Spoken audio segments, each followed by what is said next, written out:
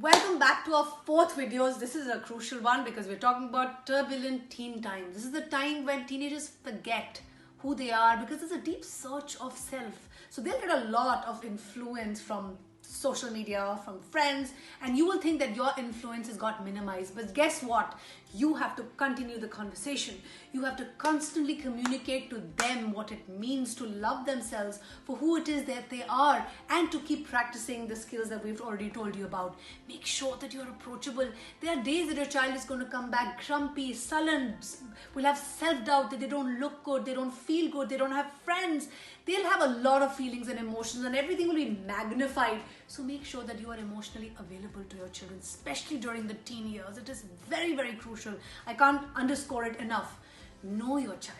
Make sure you know your child's likes, dislikes, food habits. And I know at this time, self-management and timetable management is hard because children are on their own and they're in a different zone, but you have to make sure that you are there for your child to set the limits, to set the ground rules, to set their timetable, because they need your help, they need the guidance from you. Also know your teens' friends, because at that time, in those times, they will have a lot of influence on them. So make sure you know your child's friends during the teen years.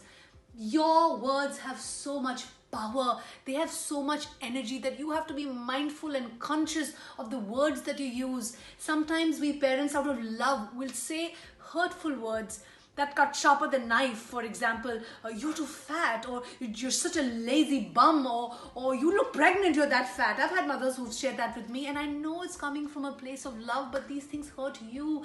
The relationship, they hurt the child so much that we cannot take these words back. So make sure your words are positive. Make sure your words are encouraging, so that your child is able to listen to you and you are able to set an example that I am saying this because I care and I'm doing this myself. That's why I'm showing you the right way. Make sure that you focus on what matters the most. What matters the most is your child's definition of who he or she is. Does your child define himself or herself by the way he or she looks? If that is so, you need to change the definition. Children need to be celebrated for their inner qualities, for being kind, for being loving, for being compassionate, for being knowledgeable, for having high integrity, for their honesty. So let's make sure that we focus as parents on what matters most.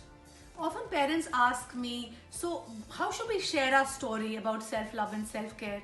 Be authentic, be honest, that there are days that I have had failures and there are days that I've had successes, and there were times when I was a child, I didn't know what self-love looked like. Now that I'm more aware, I'm sharing with you. So let's talk about our failures, let's talk about our mischiefs, our mistakes, so that your children also learn and they will model you, they will start sharing their story with you.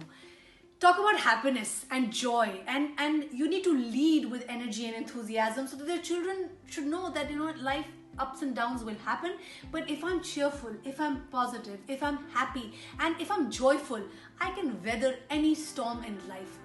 We have to understand that you can't be happy all the time, but yes, you can feel joyful, you can feel fulfilled, you can be in a positive state of being, and children need to learn this, because this is the most important life skill.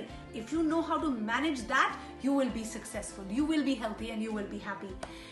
Teach your children positive self-talk. Our mind is on negative mode all the time. Our inner dialogue is usually critical.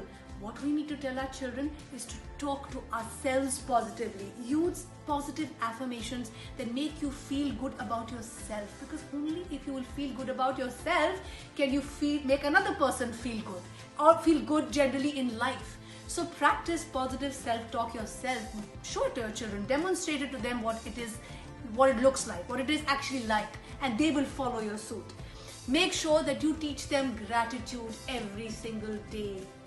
Make sure that you focus on the little things, you appreciate them and the little things that they do, or little things that people around you do and that you do for them, so that they're able to celebrate those victories and practice kindness. Because essentially, what is self-love and self-care all about? It's about making others feel good about themselves, and you can only do that if you're feeling good about yourself. So a growth mindset is very, very important. Celebrate your joys, celebrate the positive in you, celebrate that you are somebody who will make mistakes. There are areas that need work and growth, but you're up for it because it is a practice, it is a commitment, and it requires courage every single day.